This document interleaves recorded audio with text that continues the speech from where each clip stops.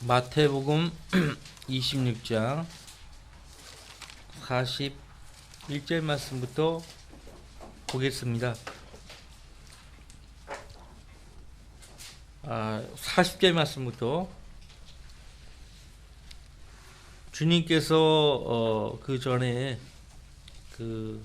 이 잔을 내게서 지나가게 하옵소서라고 했죠. 이 잔이 어떤 잔이에요? 죽음의 잔이죠. 예. 예수님이 죽음에 대해서 두려워하시는 분이 아닙니다. 예수님은 죽음을 이기신 분이십니다. 그죠? 죽음을 이기신 분이에요. 그 증거가 부활입니다. 친히 자신의 능력 가운데서 죽음을 이기신 분이십니다. 그런 분이 왜 죽음 앞에서 두려워 떨겠습니까?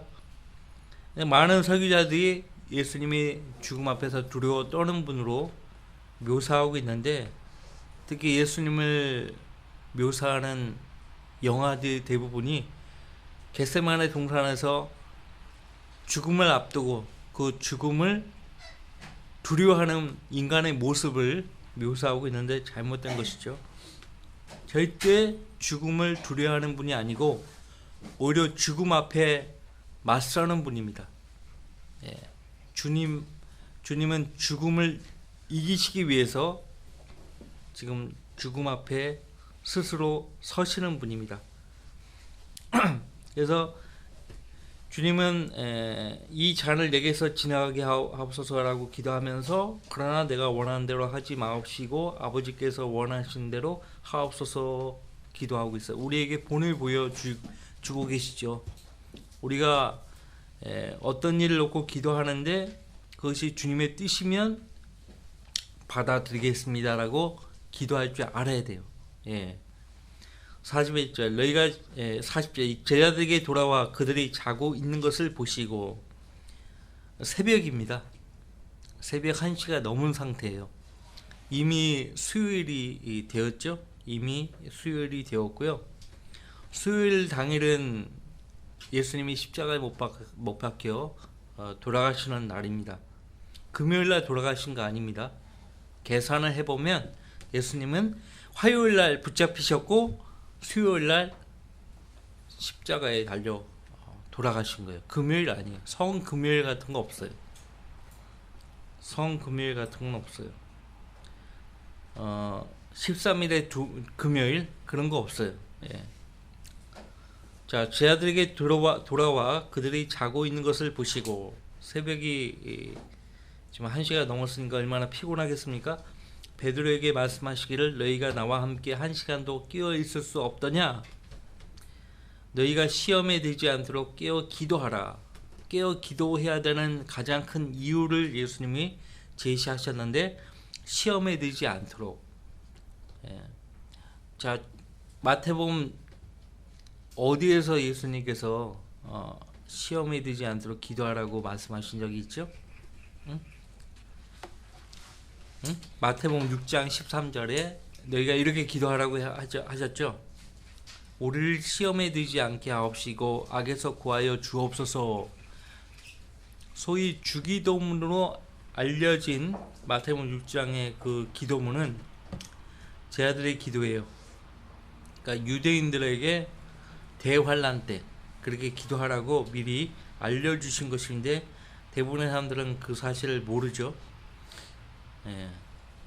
계시록 3장에 보면은 시험의 때가 나와요. 시험의 때에 내가 너희를 지키겠다고 예수님 말씀하십니다. 그 시험의 때, 온 땅에 임하는, 온 땅의 모든 사람들에게 임하는 시험의 때에 내가 너희를 지키겠다라고 말씀하고 있는데, 그 시험의 때가 어느 때인가 하니까 대환란입니다. 대환란. 야고보서 1장 12절 말씀에 시험을 견뎌내는 자는 복이 있도다.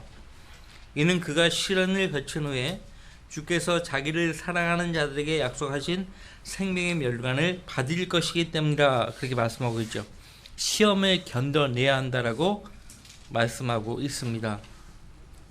시험에 들지 않게 하옵시고 그렇게 기도하라고 말씀하셨고, 본문에서도 시험에 들지 않도록 깨어 기도하라고 말씀하셨습니다. 비단 환난을 통과하는 성도들에게만 하신 말씀이 아니고 우리도 이 악한 현 시대에 얼마든지 시험에 노출되어 살아가고 있어요. 시험을 당하죠. 다양한 이유로 시험을 당합니다. 그것이 사탄이 우리를 파멸시키기 위해서 악으로 다가오는 시험일 수 있고, 그 다음에 하나님께서 우리의 믿음을 연단할 목적으로 허락하시는 역경일 수도 있어요. 역경.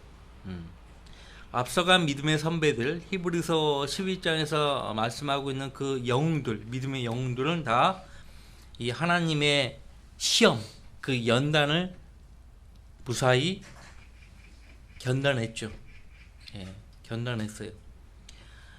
그래서 우리 성도들은 시험을 당할 때 믿음으로 견뎌서 이겨내는 것이 필요한 것입니다. 필요하다라고 말씀하고 있어요.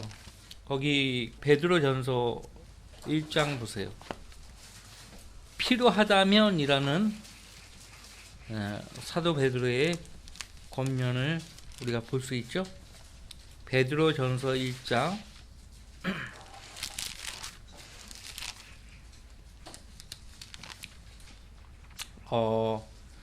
6절 말씀. 그러므로 필요하다면 너희가 여러 가지 시험으로 잠시 슬퍼할 수밖에 없지만 그것을 크게 기뻐하는 것은, 자, 시험 앞에서 누가 좋아합니까? 옳거니 시험이 왔구나 하고 좋아하는 그런 사람들은 거의 없죠. 다 슬퍼하는데 그건 잠시 동안의 슬픔이죠. 계속 슬퍼하는 사람은 없어요. 성도치고 시험을 감당하면서 계속 슬퍼하는 사람은 없습니다. 처음에는 슬퍼하는데 그것은 잠시예요. 그죠? 자, 잠시 슬퍼할 수밖에 없지만 그것을 크게 기뻐하는 것은 7절 너희 믿음의 수단이 불려서 단련될지라도 없어져 버리는 금보다 훨씬 더 귀하게 되어 예수 그리스도께서 나타나실 때에 칭찬과 존귀와 영광을 받게 하려 함이니라. 처음에는 슬퍼하다가도 시간이 지나면 주님께서 왜 나에게 이 시점에서 이런 어려움을 허락하시는가, 그 이유를 발견하게 되고, 그러면서 기뻐하게 되죠. 궁극적으로는 내가 이 하나님께서 내 믿음을 연단할 목적으로 이 시험을 하시는구나, 그것을 알게 되고, 더 나아가 예수님이 오실 때 칭찬과 존귀와 영광을 받게 하시려고 나의 믿음을 연단하시는구나, 이렇게 알게 된다는 거예요. 무슨 말인지 아시겠죠? 그래서 시험에 들지 않도록 깨어 기도하라. 그렇게 깨어 기도했는데 시험에 들게 되었다 하면 하나님의 허락하심이에요. 허락하심이 여러 가지 이유로 허락하신 거예요. 감당할 수 있어야 된다라고 말씀하고 있죠. 그 시대의 성도들에게 하나님께 대한 온전한 믿음이 없는데 시련을 허락하실 리가 없어요. 그죠? 우리가 오후 예배 때 교회사를 공부하고 있는데 매 시대마다 이기는 자가 있어요. 그죠? 매 시대마다 이기는 자가 있고 실제적으로 믿음으로 이기는 거예요. 만약에 매 시대마다 시련을 허락하셨는데 그 성도들이 그 시련을 온전히 믿음 가운데서 견뎌내지 못한다 할 것 같으면 누가 그 불명예스러운 것입니까? 하나님이죠. 하나님이에요. 자, 여기 고린도전서 10장 13절에 또 약속 하나가 또 우리에게 주어집니다. 시험에 들지 않도록 기도하라고 했는데 때때로 우리에게 시험이 주어지는 이유를 지금 설명하고 있어요. 사람에게 흔히 닥치는 시험에는 너희가 당한 것이 없나니 하나님께서는 신실하셔서 너희가 감당할 수 있는 것 이상으로 시험을 당하지 않게 하시고 시험을 당하면 피할 길도 마련하셔서 너희로 능히 감당케 하시느니라. 감당케 하시는 시험이 있어요. 감당케 하지 않으면서 시험을 허락하신다? 그거는 하나님이 허락하시는 시험이 아니에요. 모든 시험은 이겨내라고 우리에게 허락되는 것입니다. 이겨내라고 허락되는 것이에요. 그러니까 시험이 올 때 어떤 시험은 주님께서 반드시 성도에게 피할 수 있도록 길을 열어 주신다는 것이에요. 그래서 시험에 들지 않도록 기도하라. 깨어 기도하라. 깨어. watch라고 영어로 그렇게 표현하고 있죠. 깨어 있으라. 믿음 안에 굳게 서라. 모든 기도와 간구로 항상 성령 안에서 기도하고 이를 위하여 모든 성도들을 위해 모든 인내와 간구로 깨어 있으라. 그죠? 예, 파수꾼들에게 깨어 있으라. 그렇게 말씀하고 있죠. 파수꾼들. 오전 예배 때도 제가 파수꾼의 임무라는 제목으로 말씀을 준비했는데, 파수꾼의 특징 가운데 하나가 깨어 있는 거예요. 깨어 있는 것입니다. 육신은 늘 연약하고 피곤하기 때문에 때때로 잠을 자지만 우리 영은 늘 깨어 있죠. 주님 안에 있는 영은 늘 깨어 있는 것입니다. 자, 이제 지금 예수님께서 말씀하시는 시간은 앞서 언급했듯이 수요일 새벽 1시부터 거의 3시 사이의 일들입니다. 그 전날 이미 이제 6시 이후면 수요일이죠. 이미 6시 이후면 수요일이에요. 그러니까 저녁 7시부터 9시까지 최후의 만찬, 마지막 만찬이 있었고 9시부터 12시까지 예수님은 겟세마네 동산에서 기도하시는 것이에요. 근데 그들이 다 지금 자고 있는 거예요. 깨어있지 못하는 것이에요. 그래서 예수님이 어찌하여 너희가 나와 함께 1시간도 깨어있을 수 없더냐라는 책망을 하시는 거죠. 너희가 시험에 들지 않도록 깨어 기도하라. 참으로 영은 원하지만 육신이 연약하도다라고 하시더라. 주님은 우리를 잘 아시는 분입니다. 영은 원하지만 육신이 연약하죠. 우리 모든 사람들의 문제예요. 성도들의 문제죠. 영은 항상 원해요. 육신이 연약할 뿐이에요. 사도 바울은 로마서 7장에서 그죠? 우리 마음은 항상 하나님을 향해 있더라도 우리 육신이 따라가려고 하지 않는다는 것이에요. 그래서 고린도전서에 보면은 바울 사도는 자기 육신을 쳐서 복종시키는 모습을 우리에게 보여주었습니다.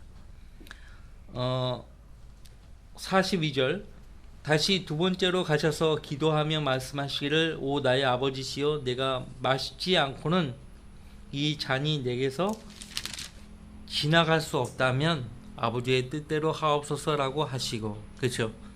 예수님의 이 기도하시는 이 말씀을 통해서 우리의 기도의 자세도 바뀌어져야 할 필요가 있습니다. 아버지의 뜻대로 하옵소서. 마지못해서 해볼 거 다 해보고 안 되니까 그때 가서 아버지의 뜻대로 하옵소서 하면 안 되고, 그죠? 처음부터 그런 마음의 자세를 가지고 기도를 해야 돼요. 돌아오셔서 다시 그들이 자고 있는 것을 보시니 43절 이는 그들의 눈이 무거웁니다. 새벽 지금 1시가 넘었잖아요. 얼마나 피곤하겠어요. 44절 주께서 그들을 떠나 다시 가셔서 같은 말씀으로 말씀하시며 세 번째로 기도하시더라. 그리고 나서 제자들에게 오셔서 말씀하시기를 이제는 자고 쉬어라. 보라 그 시간이 가까웠으니 인자가 죄인들의 손에 넘겨지리라. 일어나라 함께 가자. 보라 나를 배반한 자가 가까이 왔노라 하시더라. 유다 이스카리옷이 이제 가까이 온다라고 말씀하고 있어요. 인자 예수님이 배반당하는 순간이 오는 것입니다. 이제 47절 말씀부터 계속 봅니다. 주께서 아직 말씀하고 계실 때에 보라 12 가운데 하나인 유다가 왔는데 선임 제사장들과 백성의 장로들에게서 온 큰 무리가 칼과 몽둥이를 가지고 그와 함께 있더라. 칼과 몽둥이를 가지고 예수님을 압송하려고 찾아온 거예요. 칼과 몽둥이. 자 48절 주를 배반한 자가 그들에게 표시를 정해 주며 말하기를 내가 입맞추는 이가 바로 그니 붙잡으라 하고. 아니 표시를 안 해도 누가 봐도 예수님인 거 알죠. 예수님 뭐 변장하고 뭐 다니시는 분이 아니니까요. 내가 입맞추는 이가 바로 그니 붙잡으라 하고, 또 그가 예수께 와서 말씀드리기를 아 선생님 하며 주께 입맞추니, 한 번도 유다는 예수님을 향해서 주라고 부른 적이 없어요. 한 번도. 선생님. 그러니까 거듭나지 않은 사람들의 입에서는 예수님을 4대 성인 중에 한 분, 선생님, 그거예요. 그러니까 그 사람의 고백을 통해서 그 사람의 신앙을 우리가 알 수 있죠. 거듭나지 않은 사람은 뭐가 달라도 달라요. 표가 나요. 아무리 자기를 감추려고 해도 감출 수가 없어. 특히 이제 거듭난 성도들의 모임에서는 감출 수가 없어요. 아무리 감추려고 해도 감춰지지가 않아. 여러분들 그 논밭에 가면은 벼도 아닌 것이 삐쭉 서 있단 말이에요. 피라고 하죠. 피. 방학 때 되면은 저희 시골에 이제 방학 때 되면 내려가면은 피 뽑으라 그래. 피 뽑으러 간다고요.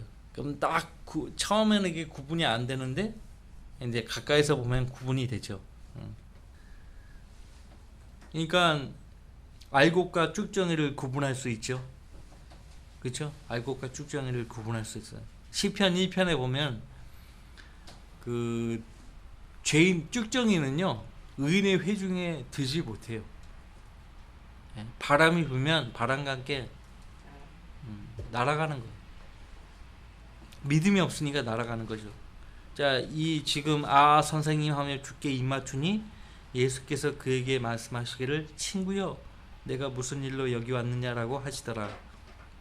그러자 그들이 와서 예수께 손을 대어 붙잡더라. 예수님은 친구여라고 했죠.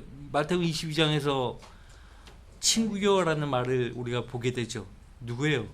혼인잔치에 자격이 없는 초대받지 않은 손님이 들어온 거예요. 예복을 입지 않은 상태에서 오는 거예요. 들어오는 거예요.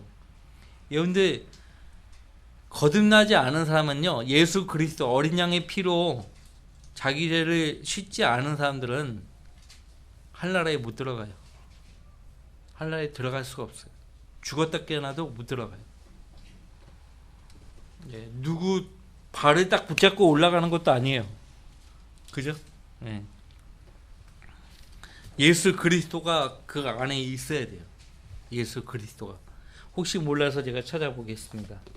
제가 늘 인용하는 말씀인데 로마서 8장에서 바울 사도가 한 말이죠. 예수 그리스도의 영이 없는 사람은 부활 못해요. 휴거도 못해요. 휴거도 할 수 없어요. 하고 싶어도 못 올라가는 거예요. 올라갈 수가 없어요. 8장 11절 말씀을 같이 읽습니다. 예수 그리스도께서 영으로 내주하지 않은 사람은 죽었다 깨어나도 부활 못하고 휴거도 못해요. 예수를 죽은 자들로부터 살리신 분의 영이 너희 안에 거하시면 그리스도를 죽은 자들로부터 살리신 분이 너희 안에 거하시는 그분의 영으로 인하여 너희의 죽을 몸도 살리시리라. 너희의 죽을 몸도 살리시리라. 우리 죽을 몸이잖아요.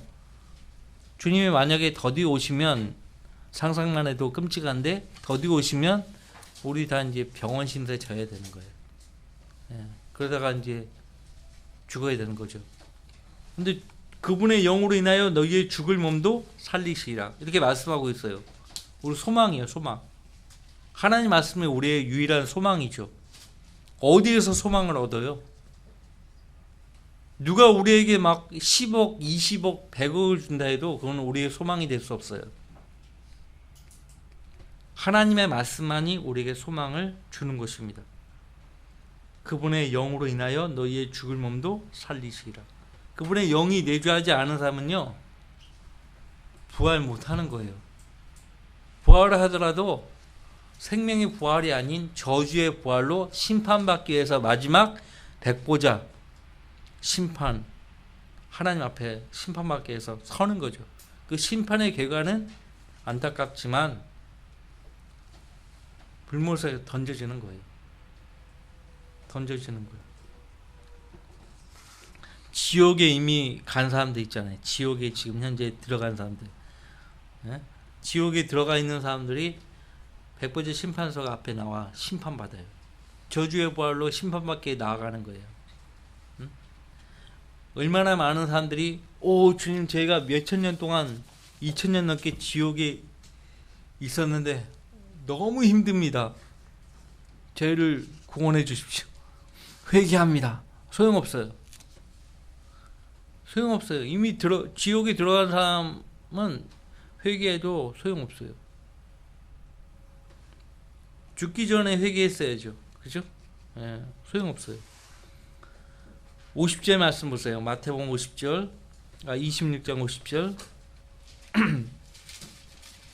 예수께서 그에게 말씀하시기를 친구여 내가 무슨 일로 여기 왔느냐라고 하시더라. 그러자 그들이 와서 예수께 손을 대어 붙잡더라. 예, 예수께 손을 대어 붙잡더라. 자, 이 상황이요 요한복음에 아주 자세하게 나와 있는데 요한복음 18장 열어보세요. 요한복음 18장 4절부터 9절까지의 말씀을 열어보세요. 이 지금 마태복음, 마가복음, 누가복음에 없는 상황이 요한복음 18장 4절부터 9절에 아주 상세하게 나와 있어요.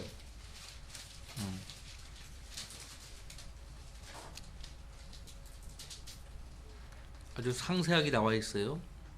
그러니까 지금 마태복음 26장 50절과 51절 사이에 없는 부분이 요한복음 18장 4절로 8절 9절에 나오는 거예요. 그러므로 예수께서 자기에게 다가올 모든 일을 아시고 다 아시는 거예요. 네, 모든 일을 아시고 나가시오. 지금 누가 상황을 주관하고 있죠? 예수님 붙잡으라고 칼과 몽둥이를 가져온 사람들이 상황을 붙잡고 있는 거예요.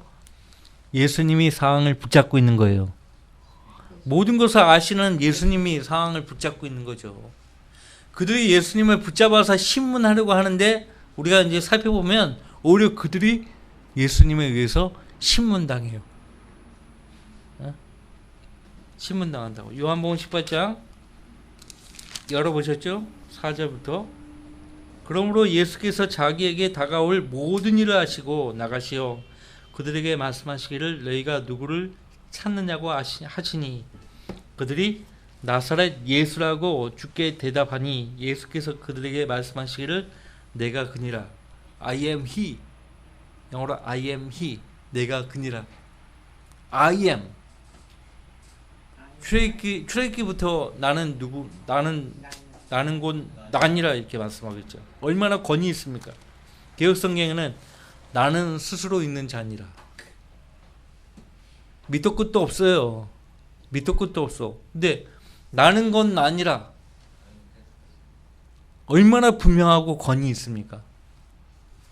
응? 나는 곧 아니라. 이거 개역성경과 지금 우리 바른성경의 한국 힘쟁성경과 지금 구분 못하는 분들이 있어요. 그게 그거 아니냐 이렇게 생각하는 사람이 있거든요. 아니에요. 아니라고. 나는 스스로 있는 자니라와 나는 곧 아니라 어느 말씀이 더 권위적입니까? 응?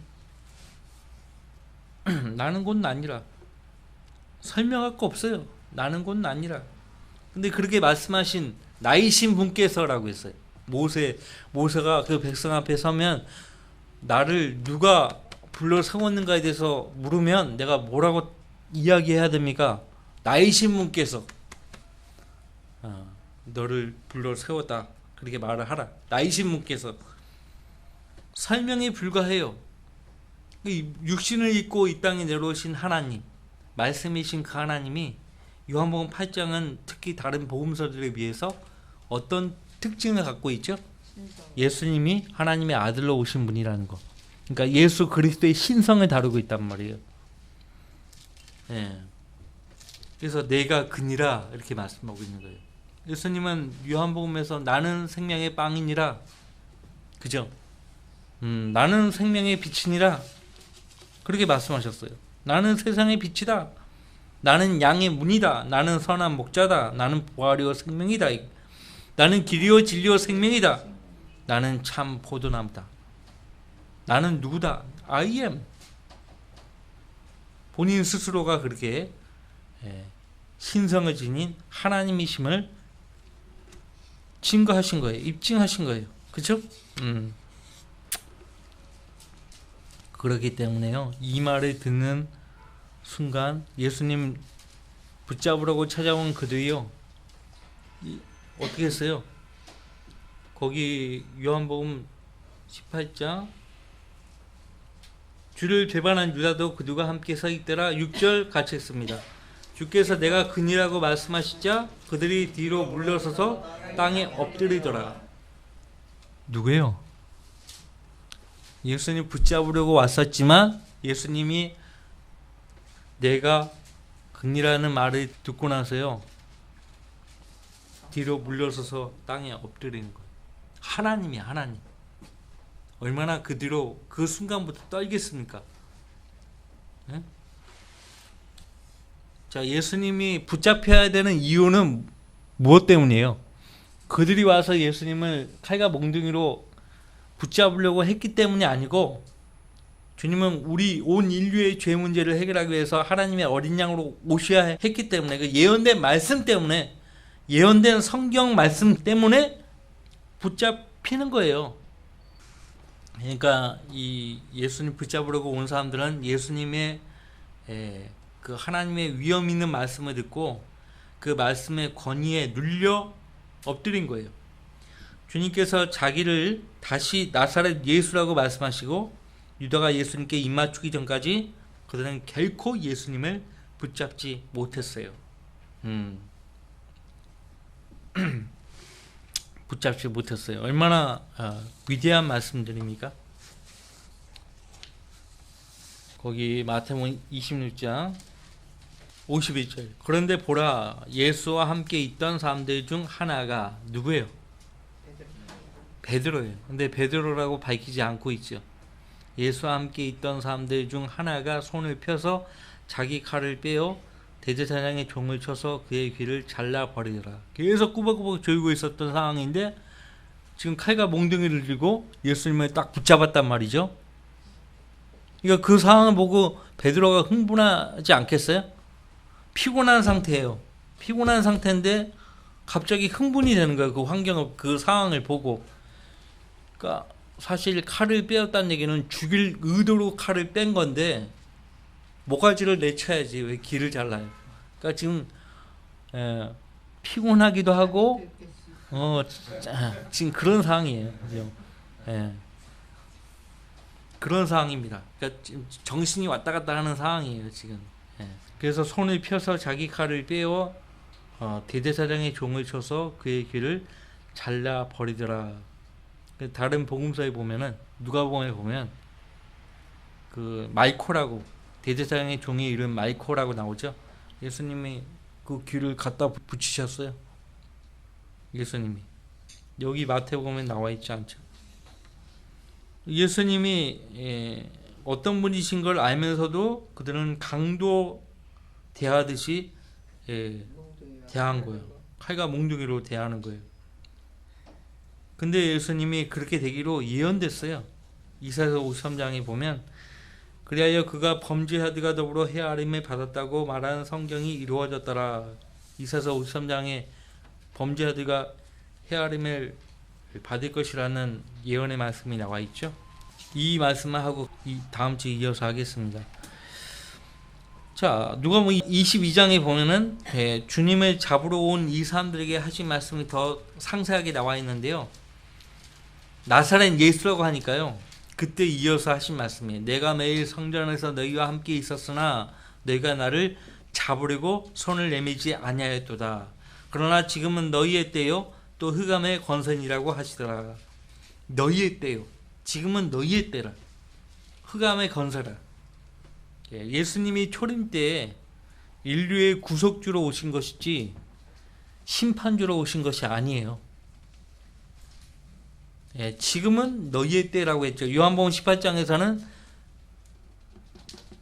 지금 이때는 나의 왕국이 아니라는 말씀을 또 하셨죠. 예. 그러니까 이런 말씀들을 복음서마다 이렇게 찾아봐야 돼요. 예, 찾아봐야 돼. 찾아서 봐야 돼요. 지금은 너희의 때요 또 흑암의 권세니라. 하나님이 사탄에게 이 세상을 주관하도록 허락하신 거예요. 일시적으로. 그래서 사탄은 이 세상의 신이에요. 이 세상의 신이라고 하니까요, 창조주 하나님과 대등한 존재로 사탄을 여기는데, 사탄은 피조물입니다. 피조물이에요. 전지전능한 존재가 아니기 때문에 자기 부하들을 두고서요 정보를 캐내는 거예요. 그래서 여러분들 함부로 어디 가서 중요한 말들을 하는 거 아니에요. 중요한 이들을 말을 하면 안 돼요. 예, 함부로. 그러니까 마귀가 다 듣는 거예요.